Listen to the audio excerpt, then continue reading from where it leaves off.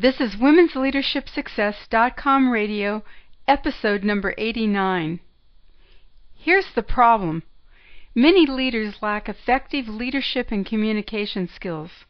They are not inspiring a strategic vision or engaging their team to implement their most important goals. This causes these leaders to micromanage, which blocks progress and profits. Can you relate? Is this a problem for you or your company? Join best-selling author Dianna Booher and me as we share practical guidelines to help your leadership and communication skills so you can advance your top goals with less time and effort. And be sure to listen to the end of this show to get a free copy of the transcripts. Welcome to Women's Leadership Podcast, showing you how to influence people, improve your performance, and advance your career. Brought to you by women's leadership and career expert Sabrina Braham and womensleadershipsuccess.com. Here's your chance to meet women trendsetters leading the way to success, accomplishment, and balance in business and life. No matter if you're a manager, CEO, or entrepreneur, join Sabrina for coaching and no-nonsense advice to improve your career and bottom line. This is womensleadershipsuccess.com radio. Today we're talking with Dianna Booher. She's the founder and CEO of Booher Research Institute, and she works with organizations to help them communicate clearly and with leaders to expand their influence by a strong executive presence. She has provided communication programs and coaching to some of the largest Fortune 500 companies and governmental agencies such as IBM, Lockheed Martin, Raytheon, ExxonMobil, BP, Chevron, ConocoPhillips, and many more. And she's been on many, many national television programs. Welcome, Dianna. It's great to be with you. Thank you. You know, you were on our show in 2005. We were talking about women having an executive presence then, and over the years, I have recommended many of your books to people. You have 47 books out, and this latest one, which is Communicate Like a Leader, connecting strategically to coach, inspire, and get things done, is excellent. One of the things I really like about your writing style is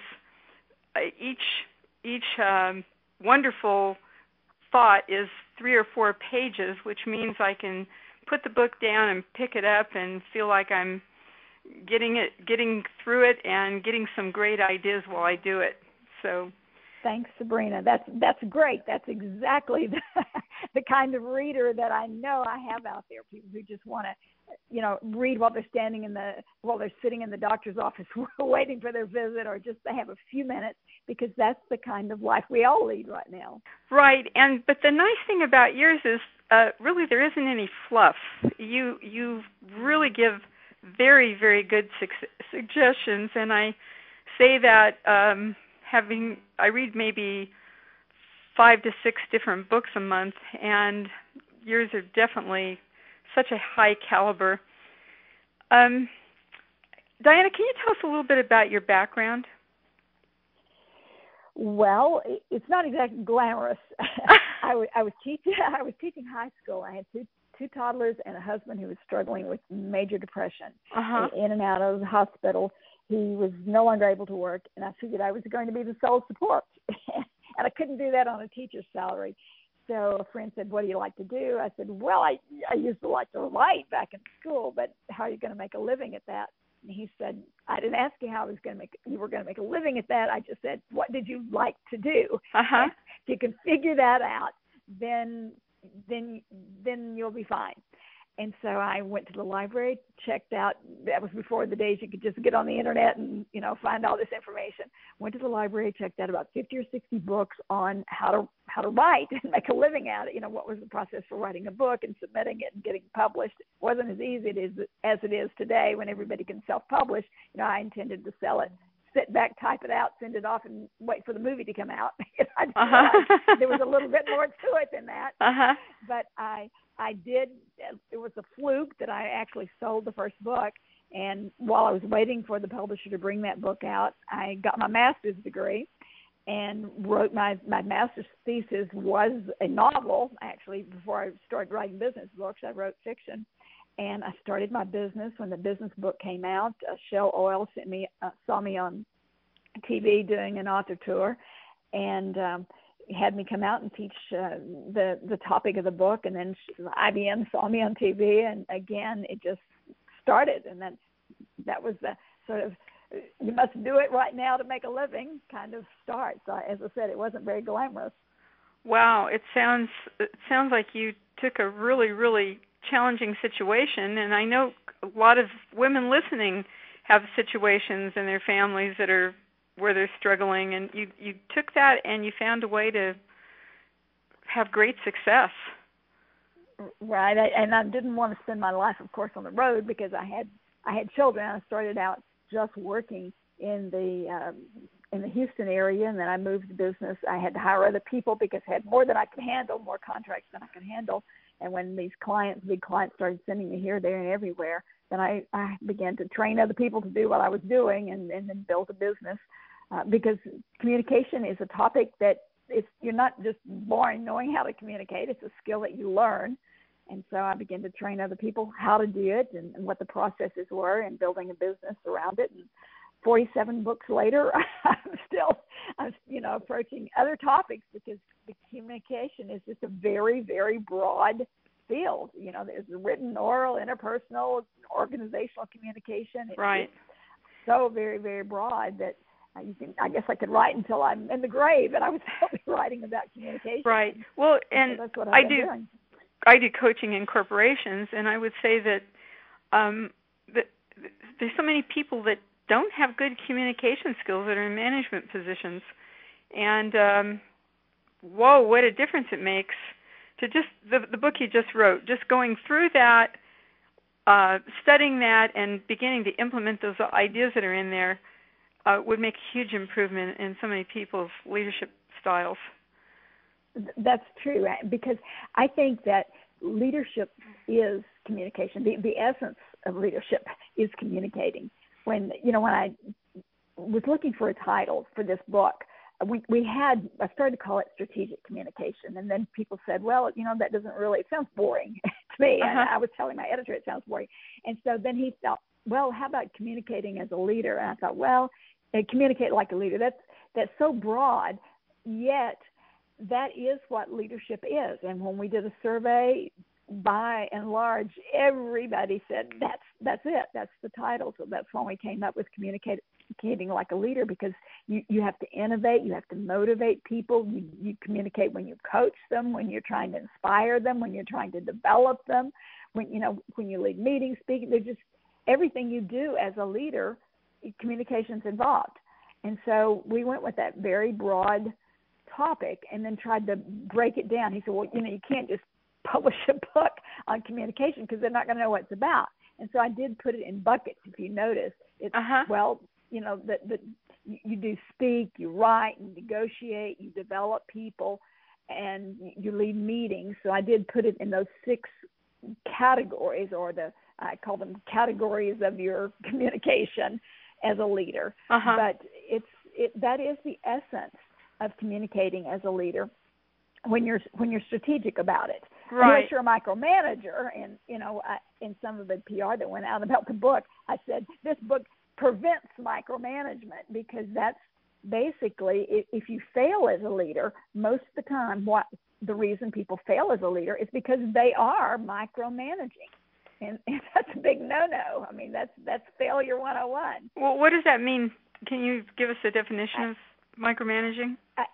I think it's people start managing, if they're fearful that they don't have the right skills, they start managing processes rather than people. If they don't trust their people, either they haven't developed their people, or they just don't trust people can do the job, or they know the people don't have the right people, or the people don't have the skills, and so they just control the process, and that's micromanaging, and it drives people nuts. Right. That's why your people leave. And of course, it overloads you as a leader. You wind up doing all this extra work because you're doing your job and you're doing their job. Right. And so it just is a no-win for everybody that's involved. Now, absolutely. And one of the things that you said was, if a manager is doing that, it means that the company or the manager has not developed proper training in leadership skills. And I realize that could be a whole hour talk right there, but can you just give just a thumbnail of what would that be? What would proper training be for somebody that's micromanaging? Well, I think proper training for good skills would be, you train them. Everything is a sale. when you're going to be in leadership, and so you're going to be selling yourself or selling ideas or selling your credibility. So you've got to have persuasion. You've got to know how to brief people, just giving status reports. You've got to know how to lead a meeting. I mean, who's in corporate America when you can't lead a meeting?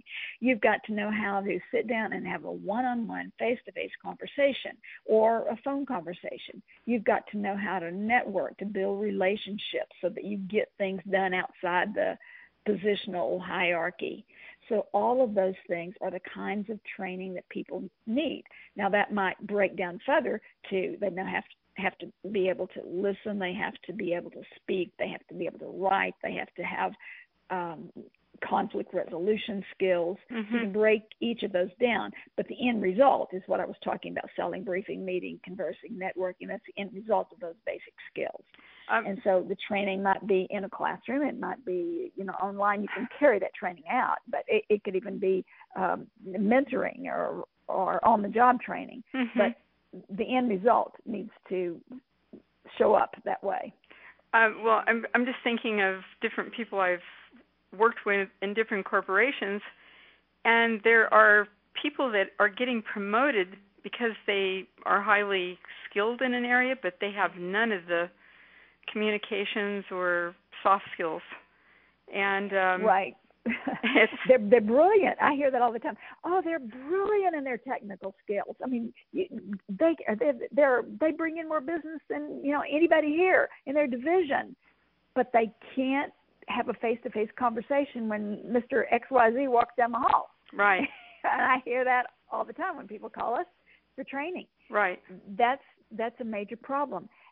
And so whatever skill you have to wrap it in communication skills. You can do a brilliant job over in the corner, but if nobody knows about it, they don't know about your accomplishments, if you can't articulate what you've done and the value of that to the organization, you're going to get nowhere. And somebody can have excellent communication skills, but not even be so great, just be mediocre in their technical skills, and they'll still get ahead because their showmanship skills, so to speak, are spectacular. Right. Because they express themselves well in a meeting, and they speak well, and they schmooze well, and they write well, and they're more persuasive. They're going to get much further ahead than the person who has excellent technical skills. And there's studies all over the board that bear that out. Yeah. Yeah. I was struck when you said the buckets. And I sent you this list of questions. This isn't one of them, but of the buckets, the different types of communication that you have to do, what would you say is there one that's the most important, or a beginning one? In other words, if someone wants to really improve their communication, which one of those is one you would start with? I would start with the speaking, because that one is the one that you see most often. It doesn't mean that in any given situation you can't lose or make your career over that. It might be one email that destroyed your career because it was so badly written, or one that actually made your career. It could be one excellent proposal that brought in $10 million for your organization and got your promotion. So it's not always the case, but just generally speaking, if someone is articulate on their feet when they give a presentation, because that happens so routinely, that's the most important. You're given more opportunities. I was just talking with someone earlier today, and she was saying, my son and I, she called the company, it's a very large company, and she said he's only been there 9 months, And she said every time somebody says, well, does anybody want to brief as our representative from our division, you want to go to XYZ conference or meeting or such and such and do the briefing? Oh, I will. She said he's already gotten several promotions and been, passed over people who have been there much longer because he's an excellent speaker. She said, I taught him. She works for us. She's worked for us for years as a trainer in speaking and writing. And she says, I taught him to write and I taught him to give briefings. And she said he takes every opportunity to get on his feet. And she said because he's on his feet and he's always briefing and volunteering for those situations, he's just leapfrogged other people. And other people will frequently pass up those opportunities and say, well, not me. No, don't get me up. And they're doing a detrimental harm to their career. Right, because what you're saying is the only way you're going to get better at speaking is to get up and start doing it. Right, to learn how. Right, you just have to learn how to do that. So speaking up at meetings, I think more of a female thing where women are more reticent to speak up in a meeting. Or I just had one woman text me and say, how can I speak up in a meeting because there's really strong personalities?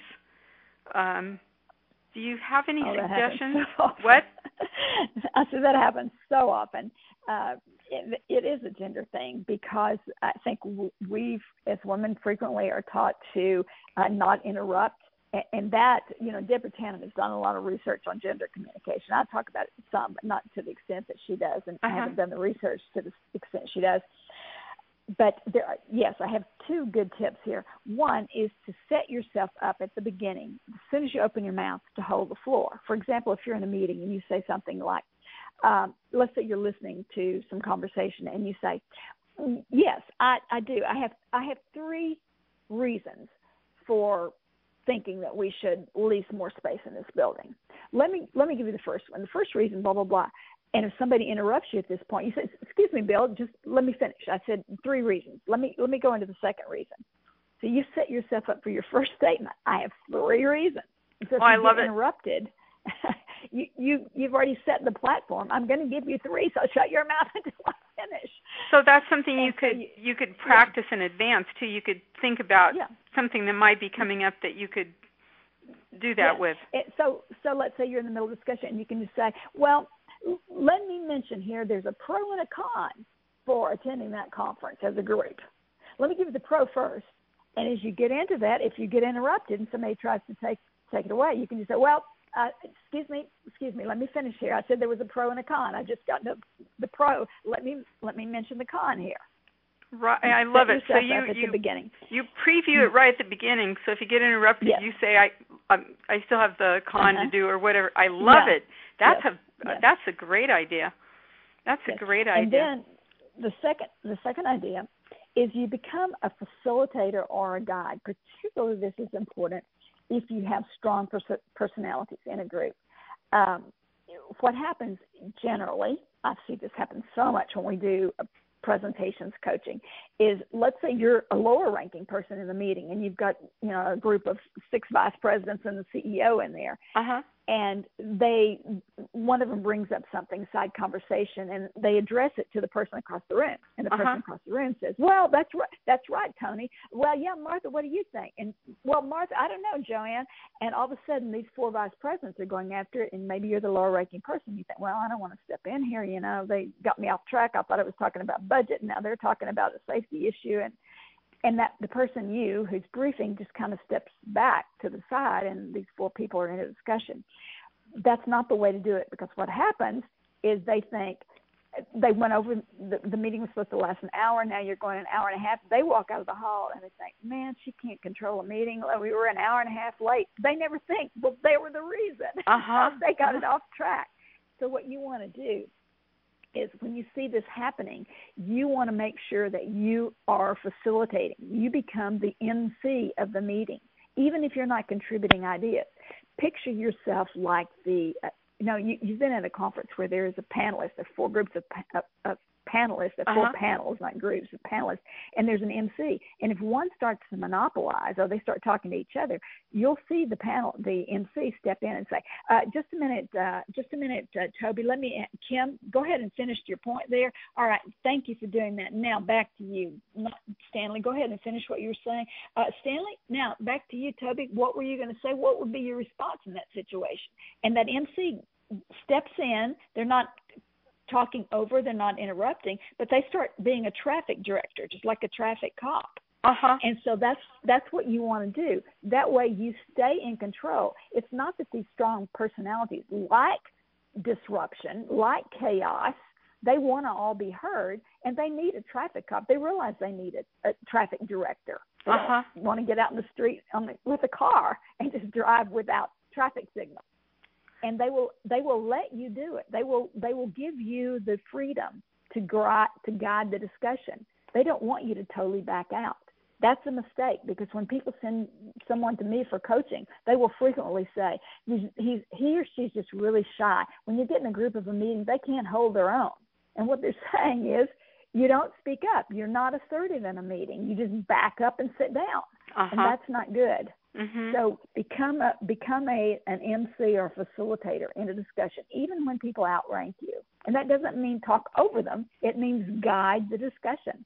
Right. So it's a kind of attitude too, right? I mean, you're going in with very how would you say it, a friendly attitude, but you're just, as a friendly traffic director, saying, wait a second, let's let Bill finish his comment or whatever. Yeah, and you're just saying, Bill, Stanley just brought up the idea of such and such. How would that work in your division? Beautiful. And then he says something, and then you go back to now, Martha, you mentioned that you've tried that before. Have you tried it with less than 3 people? Can they handle that same load? How would that idea work? So you're just directing traffic back and forth, and they love having structured discussion. And I love this idea, Dianna. It's such a beautiful way to start getting more confident and less shy, just by being the traffic director. Yes. Beautiful. And then they perceive you as an equal. I mean, it's amazing how they start to look to you for leadership, and that is what you are leading the meeting, leading the discussion. Even if you don't contribute any original ideas, they start to contribute and lean on you as being one of them, a partner in the discussion. That is so beautiful, and in all these years I've been doing this program, I've never heard anybody say this particular thing before. It's incredible. Now, thank you. What strategies can you use to behave and look more confident? And this is something that I keep hearing from women, that they want to know how to look more confident. And we talked about that when I actually interviewed you before, but I wonder if you'd say something about that. Well, I think one of the things that help you be more confident is to actually lead with strategic questions. And I know that you think, well, how does that make me more confident? Sometimes people think, well, to be confident, I have to talk over people. I have to always have the answers. No, you really don't. You have to ask thought-provoking questions. You will be thought more highly often by asking thought-provoking questions than by giving opinions. And you're asking and making people think about what they're saying. You can, if you're talking about your physical things, the actual physical things that make you feel more confident, that would be a what I call the ready position. If you've ever played a sport or watched somebody play a sport, you know how they stand with their feet right under their shoulders, square. You square your shoulders, you square your feet. You gesture from the shoulder, not the wrist or the elbow, but you gesture from your shoulder. That makes you look wider. You breathe from your diaphragm, not a shallow breath. All of that physically makes you look and feel more confident. But the psychological is just as important as the physical. And asking the open-ended questions, actually listening to the answers, and probing. Once they answer something, then you you probe. Now, how would that work? Why do you think that would work? Are there situations where that wouldn't work? When would that work? You're guiding them to rethink what they said. Maybe their answer was just, you think, nah, nope, that's going to work. But as you lead them to probe deeper into the answer, you want them to realize that. See, that's part of leadership. You want them to realize, nah, that wasn't a good answer. That's not a good option here in this situation. And then as they answer, you want to help them separate fact from opinion. They'll say, well, that will never work because Ted would never do so-and-so. And then you say, well, no, wait a minute. You said Ted would never. Is that a fact or opinion? Did he write you an email and say he would not participate and not register for that conference? And so a lot of times, well, I don't know that for a fact, but I think, you know. And so you're helping them separate fact from opinion. And then if they say, oh no, that's a fact. Well, can you send me that article? I'd like to take a look at it. Or could you send me some data on that? Could you send me a link to that? Beautiful. Asking them for checkbacks, all of those things. You're not countering them, but that helps.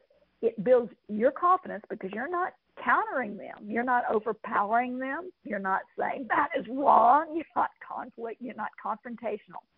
But it helps you help them to think. But it also helps you to gradually. You're more sure. Because if they are able to say, yes, I'm sure, and yes, that's a fact, then yeah, I'll send you the article, then okay, nothing's lost. You haven't lost faith. They haven't lost faith. You haven't been confrontational. And no, right, and you've showed great interest. You're just curious and you want to get more information. There's a great article on this. You want to have it. That's so cool. That is so cool. And it's just so much fun, the answers that you're giving. And I just love your books, and I just want to mention that when you read this book, Communicate Like a Leader, this is the kind of information that she has in her book. And I don't usually mention that type of thing in the middle of an interview, but this is really, really good stuff. Hey, Dianna, I get this. I have more than one woman say to me, hey, I want to be assertive as a leader, but I don't want to be mean or perceived as being aggressive or, bossy is the term you hear. Yeah. So how does one do this? How do you assert yourself? What if people say, well, you're acting aggressive or bossy and you're just wanting to stand up and take a stand? I think it's a mental thing. I think you have to think, think of what you're going to do and the benefit rather than the negative, what you're not going to do. A lot of times when you feel uncertain and you think, well, I should be more assertive, but I don't want to be mean. I don't want to be hostile. I don't want to be confrontational. Think, well, the reason I'm doing this is, or what I'm about to say, I'm going to focus on what I'm going to do. In other words, I'm not going to focus on, I am not going to that conference. They're trying to get me to go to the conference. I'm actually going to be staying here working on such and such project because that's going to, so your focus is what I am going to do. I'm not focusing on what I'm not going to do. And there's always a benefit of what you have chosen to do. Or even that you have good intentions towards the thing you're asking your people to do.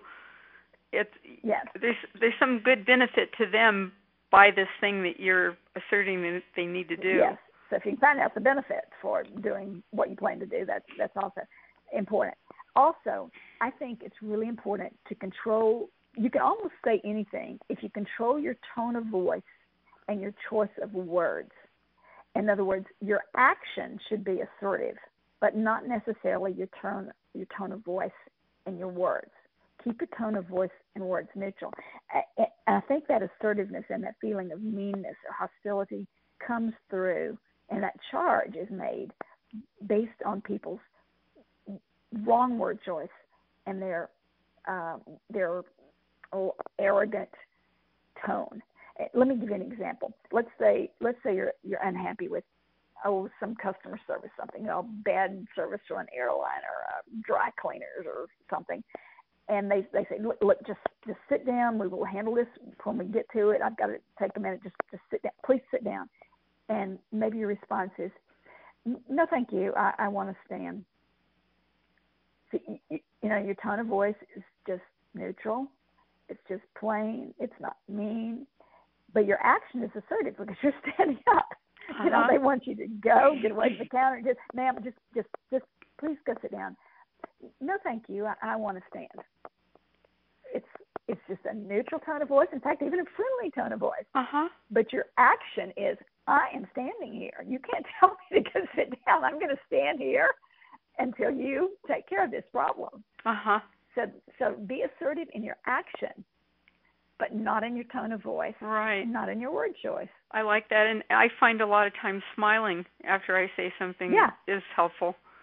I show I have good intention toward you. This is what I need right now. Yeah.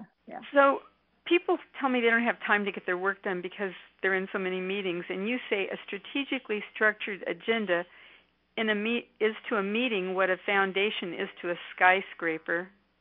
I love this. A strategically structured agenda is to a meeting what a foundation is to a skyscraper. What is a strategic structure? Well, basically anything. I'm referring here to a foundation of anything. They're a building, but everything has a foundation that is going to stay in place. Otherwise, it's just rolling all over the place. It's not flexible. And would you believe probably half the agendas, when we go into corporations and doing meetings, courses, and training, and we introduce the idea of having a functional agenda, people are, what agenda? I don't usually have an agenda. And when they do, what they're calling an agenda is just a list of topics. And they say, well, that's my agenda. I just kind of have a list of topics that we're going to cover. And I was thinking, that's not an agenda. And what I try to introduce is what a real agenda should look like. And I'm saying, if you have a solid agenda and it's very well structured and planned, then your meeting is going to go so well you would not believe it. And I'm thinking about a meeting that I had. It was with a large utility company, and it involved this utility company service 2 states, Texas and New Mexico. In fact, several states. I started to say it was Texas, New Mexico, and several states. And we had the top executives coming in, and they wanted to develop this big message that was going out. It was a major deal, and they wanted to develop this big message. And I was supposed to be running this meeting. And I had put together a structured agenda. They had made hotel reservations and their flights. They thought it was going to take 2 days, a schedule for a 2-day meeting. We were finished in about 2.5 hours. They had ordered in lunch the first day, and they said, we're through. I said, yeah, here's the agenda. This is how we got through. And they said, well, they ordered lunch. We're not even here. It's 11 o'clock. We didn't even get to eat lunch. But that's what a structured agenda will do for you. They were just astounded because they are used to just, having what a client, I'm doing a big webinar next week, and the client there said, we just have the same meeting over and over and over and over, and to have the same discussions over and over and over and over, because they don't word the topics appropriately. They don't know how to analyze it. They don't have a format for doing it. They don't know what the process are. Their participants are not knowledgeable on the processes. They don't have time limits on the meeting and on different topics. And if you don't have some kind of formal structure, that's the kind of meeting you go through, and that's why people walk out going, oh, man, the 4-hour meeting is why I can't get anything done. Right. And you have a great chapter on how to pick good questions for a structured meeting that I really like, too. So here's another question. How can a leader build confidence in self-reports, especially when their work or their conclusions are not correct? In other words, they're trying really hard, but they're not quite getting it, but you want to make sure you keep them confident and inspired. Do you have a suggestion on that? Yeah, that's where I would go back to the strategic questions again. That's where your leadership really shines, is developing your people. I think that, in fact, I wrote a blog on that this week. My Tuesday, well, today is Uh-oh, you're going to have to edit that because you won't be running this on a Tuesday necessarily. So it's okay, but if you give us the link to the blog, people could go look for it. Okay, all right.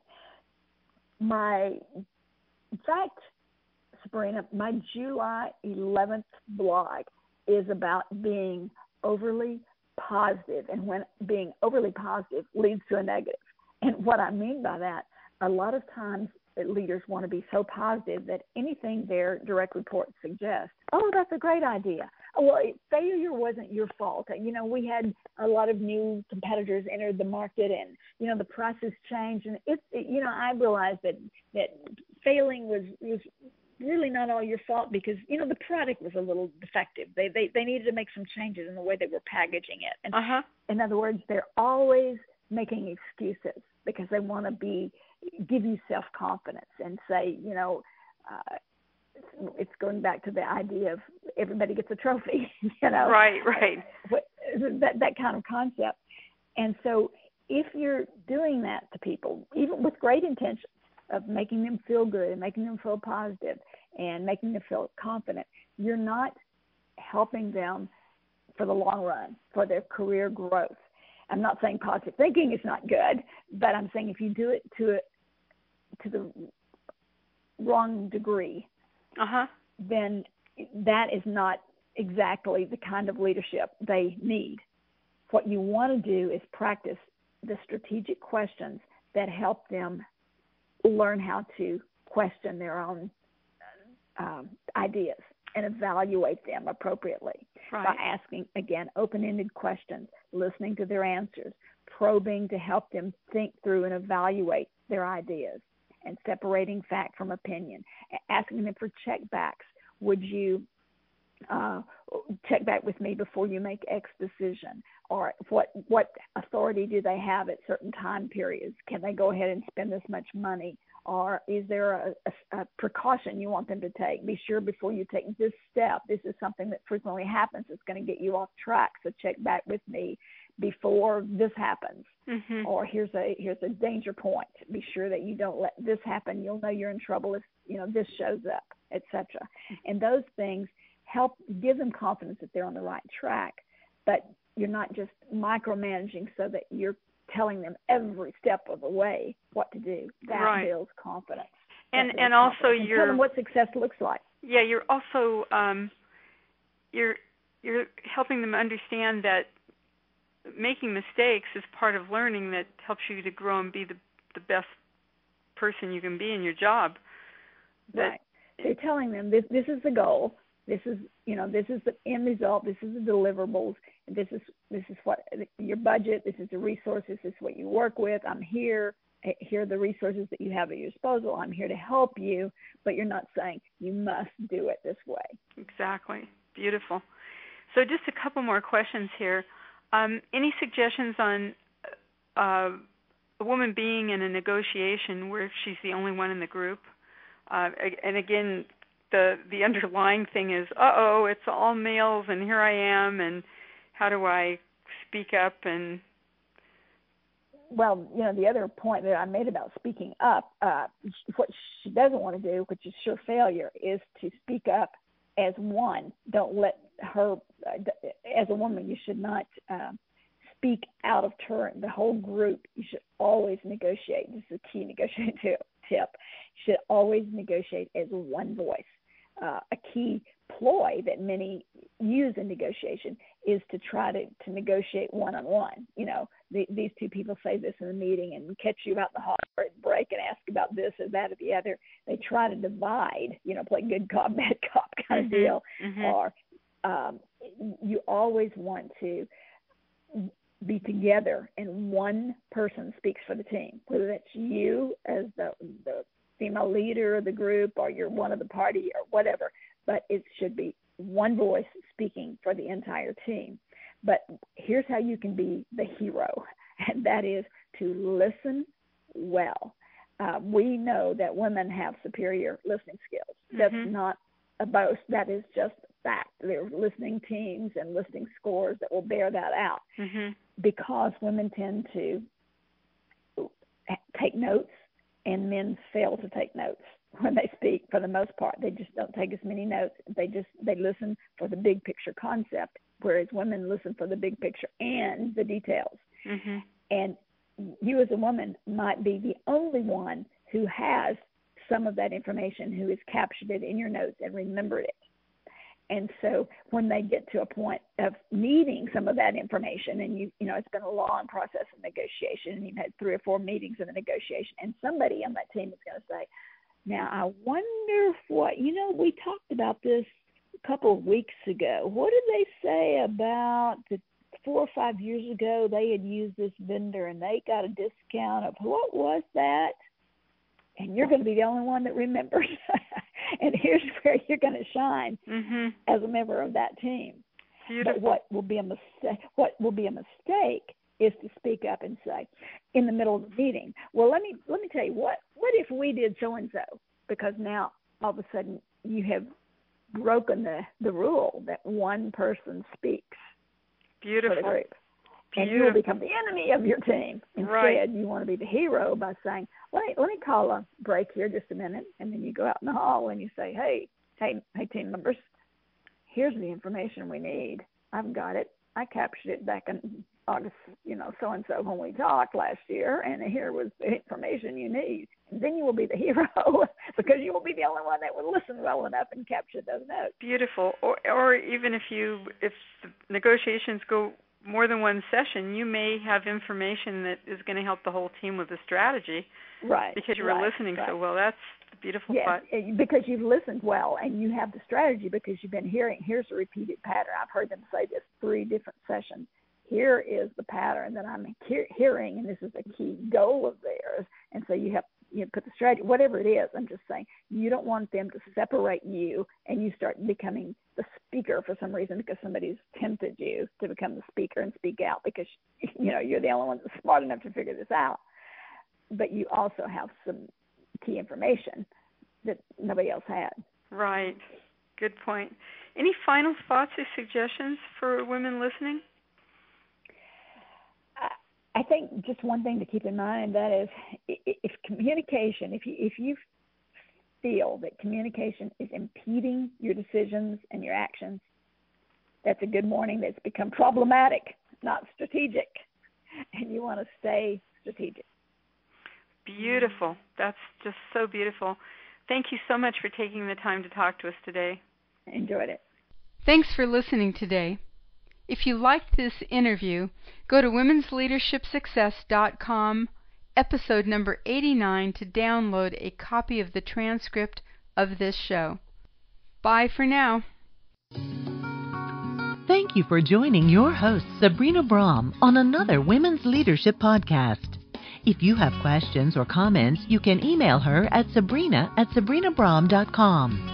Since 1989, Sabrina and her team have helped hundreds of women managers, business leaders, and entrepreneurs with valuable trainings, articles, books, and executive coaching. For additional tips, interviews, and free access to Great Leaders Today mini-course, visit www.womensleadershipsuccess.com.